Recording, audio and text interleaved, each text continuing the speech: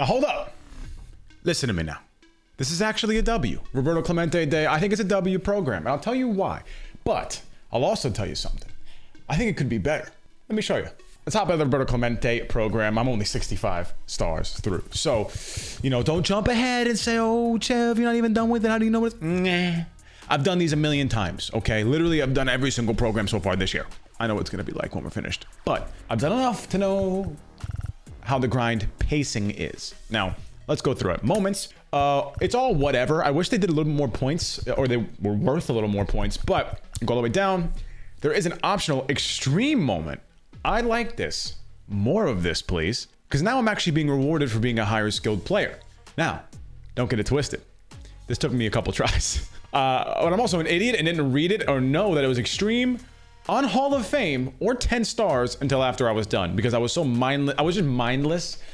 I was, episode of Billy and Mandy where the alien steals everyone's brains because Billy's bringing them all over to him. They took my brain by the time I got to this moment because of all the other ones. But I done did it. This is great. I like this. Now, moments, I don't mind them. I'm sick of the structure, moments, missions, showdown, conquest, as much as the next guy or gal. But moments are the least They're the least violent offender for offline grinds. Out of all the things we had to do this year, yeah, we're sick of the same program grinds, but moments aren't that bad. At least you get to demo some cards. They're quick. Pitching moments suck. Those need to go out the window. But other than that, it's not too bad. Now, missions. Let's go here. I got some things I got to say. So, repeatable. Excuse me. 3,000 PXP with Roberto Clemente program players. You get 5-star rewards. I like this. Here's where I would alter this. 3,000 parallel XP if you're an offline player. Because let's be honest here. It's way more consistent to do this offline if you play at Shield Woods or Costco or a high elevation stadium. And it's not as difficult. If you're doing this online, it should be 1,500. That's my opinion on this. If you do it online, yes, I know, Chev, that's going to require them to make some intricate coding where the PXP counts differently if you're online or offline. That's fine. They've had this in the past. That's okay. Make it appealing to do the grind online a little bit more, right? Offline, 3,000 PXP. Oh, but the offline, but why do they do more? Because it's just easier, man. Beating up the CPU on veteran or a rookie is not the same as playing some rock sniffing 13-year-old in the events who's hitting 800 with all their players on All-Star. It's not the same thing. It has to be rewarded accordingly. Just the truth, man. I'm sorry that hurts. But, I got some things for offline players, too, to make y'all feel better. Stick around to the end. I say offline players, like, referring to other people like I'm not someone who's been spending most of my time this year grinding offline. Innings with Pirates players, fine. Total bases with any players is fine. Stolen bases with any players. That one's a little tricky. This is one of those ones where it definitely has to be done offline. Again, total bases, innings, and this one specifically, stolen bases, this should be 6 for online, 12 for offline. That should be it. It is very hard to steal bases online, especially to get 12. It'll take you way too long. Home runs. 21 home runs, any players. This should be, just cut everything in half. Now, if you want to go on the upper side of the half here, since it's 21, I'm okay with it. You can do 11, whatever. Don't matter to me. Extra base hits, same deal. Cut it in half. That's my idea here, man. It's just cut everything in half if you're doing it online. This way, people can actually play the game the way they want to. Now, that being said, as far as offline grinds go, this isn't that bad. Now, get on base with Roberto Clemente program and event batters. 20 on base. Yeah, whatever. 10 for on, or whatever. 10 for online. Fine. I'm almost done with this. I should finish this up, really. For real. I should finish this. Slacking. That and the, I should finish that. Whatever. Tally strikeouts with Roberto Clemente program and event pitchers. 41 strikeouts with these guys is horrendous if you're playing online. Just not going to happen. A lot of these pitchers are bad, actually. So, cut it in half. Cut it in half. 21.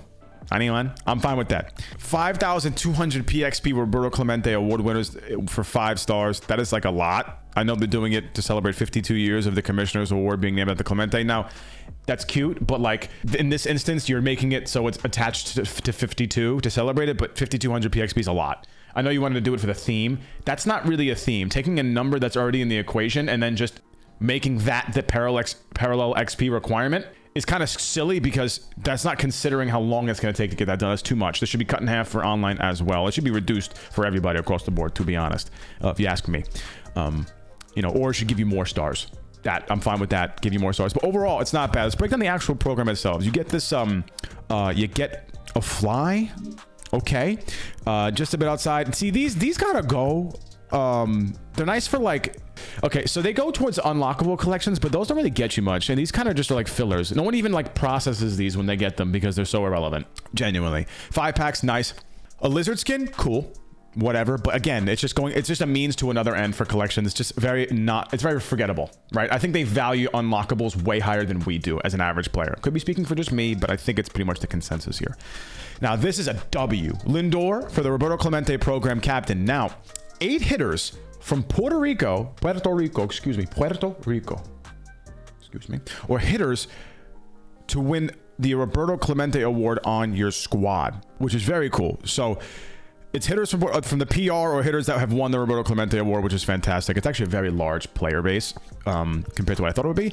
The boost is kind of wild. It's all over the place. So you got +5 power versus right, +10 contact versus right, +15 power versus left, and +5 fielding ability. It's pretty good. It's pretty niche in terms of who it actually helps, but some players actually really benefit from that. The Berrios is, again, the hits per 9 is bad, and unfortunately, you get +15 walks per 9, K per 9, which is great, +10 pitching clutch, but only +5 hits per 9. Kind of sucks because +5 hits per 9 is tough, especially for Berrios, who like doesn't have a good hits per 9 to begin with. But that's the conundrum they're running into, right? So like, I'll give you an example. If they were to do a vision captain, like Tony Gwynn, right? Where people are like, oh, I want the vision captain to give you vision. But the vision captain would already have max vision, and he'll only boost hitters, right, who fit that bill, or hitters with high vision. So it doesn't do anything. So you'd have to do something like low vision guys that get a vision boost. It's just tough. It doesn't make sense. The themes don't always apply, right? But they've done it different. Like, I'll give you an example though, like the Vlad Guerrero senior captain, where it's a free swinger captain, where low discipline hitters get a boost. That one's cool, but I don't know how they can make it work with vision. I want to see something like that. Diamond Duos, pack 36, which is very cool. I actually pulled Bichette from this. Is it a guaranteed? No, there was a guaranteed somewhere. This is where I pulled Bichette. But okay, backtracking.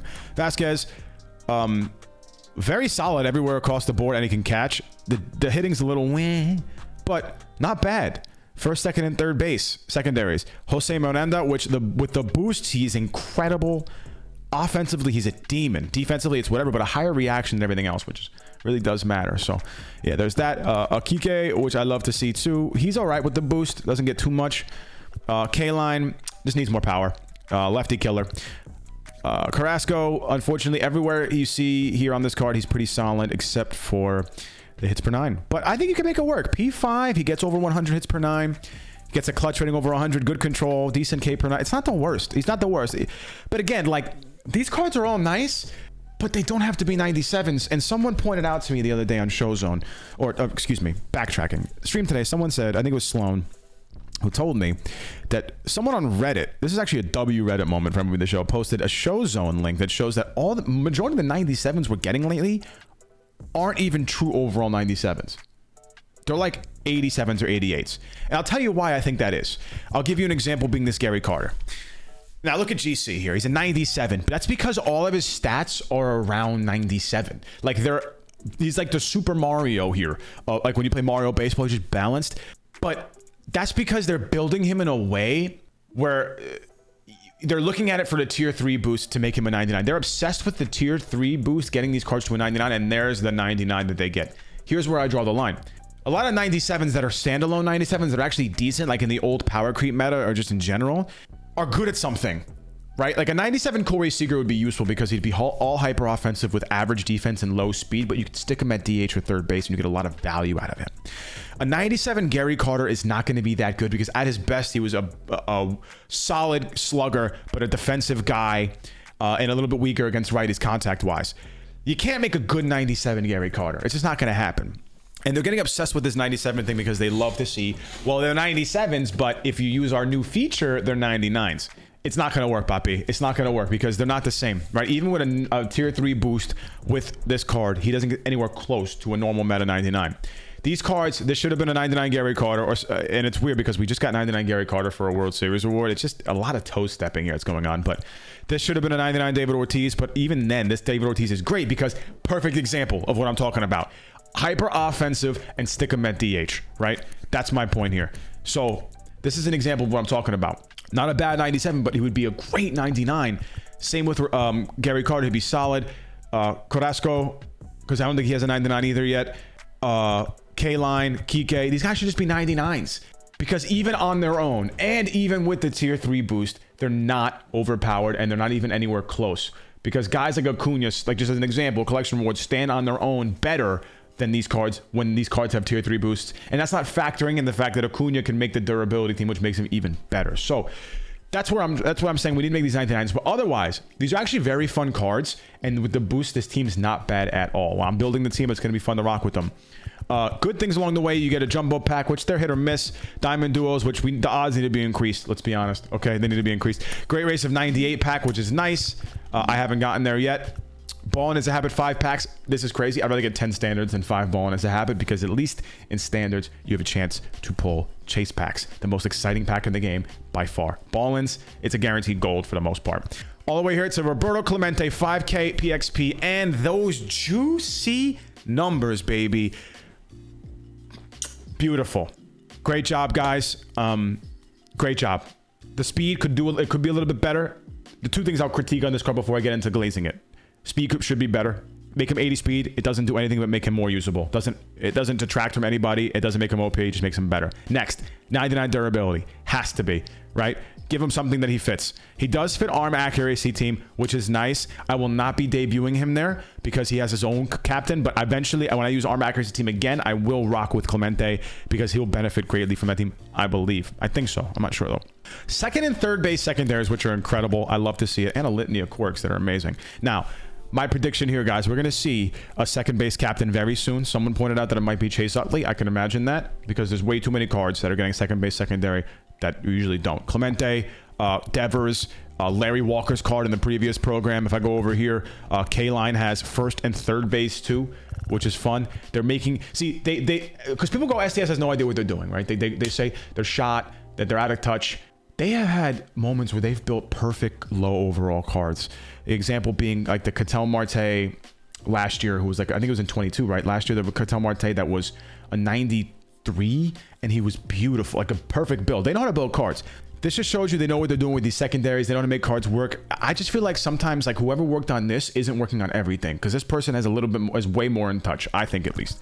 Anyway. At the end of the day, it's a nice program. I wish it was a little bit different in terms of streamline, but this Clemente is very solid for a free card. Finally, he's a balanced hitter versus righties because it's base 125, 93, which is the threshold. You need to have at least 93 power if you're max contact, and this is perfect. He starts there. Vision's pretty good. I thought it'd be a little bit higher, but that's still fine. He also fits the discipline team. I call it discipline team. It's the free swingers captain with Vlad, and on that team, okay, cat problems, but we're good. So I believe you get a power versus righties boost on the free swingers team, which would make him even better. So no, excuse me, you don't. That team you get, I just used it. Well, I just built the team for it. For Tony Gwynn, who made that team, you get a contact boost versus righties, a power boost versus lefties, and some other stuff, and an arm strength boost, which he doesn't need. But anyways, very solid card. I like it. The card art's different. I know it looks like you just did inner glow on Photoshop and raised it up to the color gold. I get it, but I still love it. And Clemente, Boricua legend, man. You know, half Puerto Rican. I'm just saying, baby. Anyway, solid. Very great start moving forward. But let me go down a little bit here. I forgot to mention something. There are event collections that you can get. There's basically like an exchange or collection to help you get this done if you want to do it that way. If you want to pay to, if you want to streamline this process by spending some stubs you have, or if you want to grind online, there is some ways to get it done. Unfortunately, these cards are really expensive to get you only, I mean, a good amount, 16 rewards, 20 rewards. Claudio should be like 8, but that Claudio fits Trevor Hoffman boost, by the way.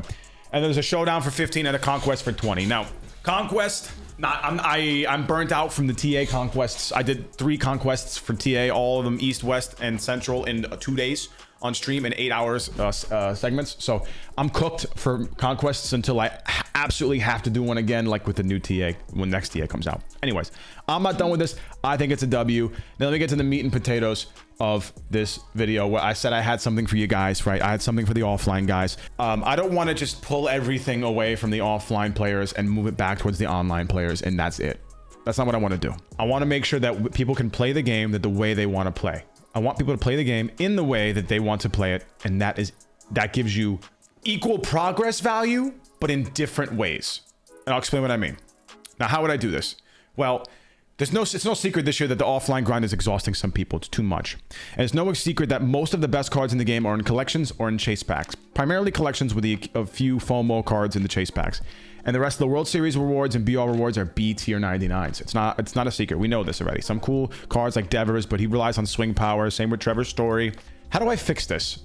If I'm the one who's working there, what numbers do I press? How do I hack in the mainframe and make this work? I'll tell you how. Pull back and put majority of the best cards in the game, upgrading my team type cards, right? In online play. Ranked BR, not events. Stick with me here. Offline guys, I know. Not gatekeeping, I promise. Make all cards sellable, ranked BR and events. Now, how do you offset for the offline player who just lost a ton of ways to make, they lost the collection cards that were easy for them to get to make their team better? How do you offset that? Give the offline grinders so much more for their time with packs and ways to make stubs in their programs. Don't give out 1,000 stubs anymore as a program tier. 10K, 20K, 30K, more. Give them more stubs, a lot more packs, right? If you're gonna put the time in, right? Grinding the CPU is not nearly as difficult as winning online, but you're still putting the time in, so you should get something for that. And by making all cards sellable and ranked in BR, the prices will go down a little bit. So the grinders online can get these cards first and sell them for peak price, especially if they go towards program progress. But the offline grinder doesn't have to play online to get these cards. They can still buy them. There's nothing locked behind ranked or BR, whatever. Now events, scrap it. Right now events has become a place for sweaty people to go 12-0, 12-1 to make stubs. It's not the way it should be. Events should be casual. I'm not saying you should get rid of that, but there needs to be a 99 and a 20 as a 20 win event reward. And that's coming next week or the week after. Someone said, they said on the schedule, but finally a 97 Mike Lowell for 20 wins is actually a joke. And make the rewind sellable. How about the offline guy? So to recap, I want 55-45 offline to online in terms of getting progress in this game done. That's a fair ratio, right? Because at the end of the day, you can't assume online talent as the majority. Give a slight edge to offline. Right now, it's like 75-25 offline to online. Maybe more, if I really dove into it. Online players, ranked in BR should be mostly the premier rewards with occasional quarterly collections after every 2 or 3 months, like they did in 22. Make all ranked in BR and event cards sellable, including event rewinds. And give offline players way more stubs and packs. And online players, for reaching 1,000, 1,100, and 1,200 should be getting more than they are right now. Whether that is an extra World Series pack, a stub voucher, or whatever. I personally think the best way, I know inflation, but whatever, stub voucher, 1,000 rating, 100,000 stubs. 1,100 rating, 150,000 stubs. 1,200 rating, which hardly anybody makes, 200,000 stubs, right? I make more on roster investments than I would on that. Just to show you how much inflation wouldn't really be that big of a deal. Because if inflation was a serious problem, then why are roster update people who make millions every time not ruining the market? It's not as big of a deal as you think. It's a problem. We'll see, and we'll mitigate it if that actually becomes an issue, but we'll see in the long run how it works out. Ultimately, that's my solution. That's how I would fix these programs, because ultimately, I don't want one person. I'm not a guy who goes, I'm an online guy first, screw the offline player. It's their fault we have this. That's not their fault, man. But this is what happens. You know what they say? You try and please everybody, you please no one. They've tried to streamline the program and the grind this year for online and offline players into one cohesive unit, and it's not working, right? Fortnite model. No builds and builds. Separate that, right? Give people what they want in the way in the place they want to play. So that's it. I don't want anything from me or for you or what. I just want, like specifically, I just want people to be able to play the game the way they want to. In this culture, right? We're strapped for time. BRs are everywhere. Instant play games, free to plays. Everything's quick. You can't have something that is locked behind a grind before you get to enjoy it first. That's just not a good model. If people want to sign on once or twice a week and not have to do their homework and just able to play online and that's worth something, that should be allowed. Now, for the offline player, I don't want them to get left in the dust, right? It's not fun to watch everyone else, you know, like that meme of Squidward inside of his house watching Patrick and SpongeBob playing. You don't want to see that for the offline grinder. The offline grinder is not getting as many ways to make stubs as I'd like to see, right? They're not going to go flawless a million times if they're super, you know, average to below average, ranked, whatever. Not a big deal. Put more effort into mini seasons, put more stuff there. I hope this makes sense. I hope it pleases you guys, because it pleases me to talk about this stuff. Catch you guys next time, man. Peace.